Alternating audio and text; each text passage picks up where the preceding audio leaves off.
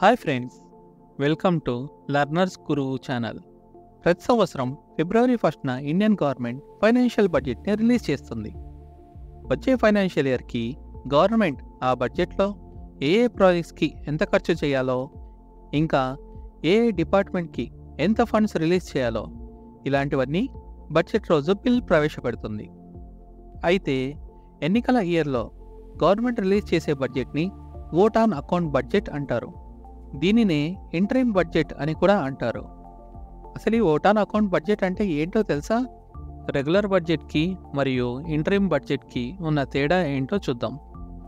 Elections అయ్యేంత వరకు government run చేయాలంటే గవర్నమెంట్కి ఫండ్స్ కావాలి కదా.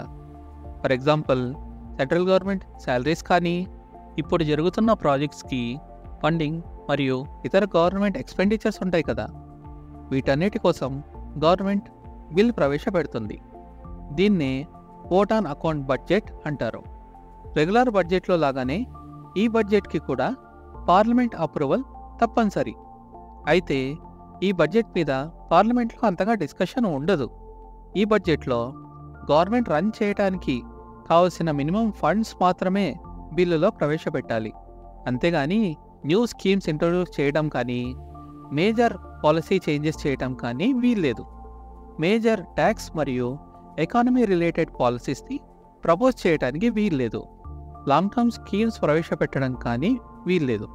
జస్ట్ గవర్నమెంట్ రన్ చేయడం కోసం కావలసిన ఫండ్స్ని ఈ బిల్లులో ఇంట్రడ్యూస్ చేస్తారు. ఎన్నికలైన తరువాత అధికారంలోకి వచ్చే గవర్నమెంట్ మళ్ళీ ఫుల్ బడ్జెట్ని ప్రవేశపెడుతుంది. సో మీకు ఓట్ ఆన్ అకౌంట్ బడ్జెట్ అంటే అర్థమైంది కదా. వీడియో నచ్చితే లైక్ చేయండి, షేర్ చేయండి మరియు సబ్స్క్రైబ్ చేయండి. Thank you.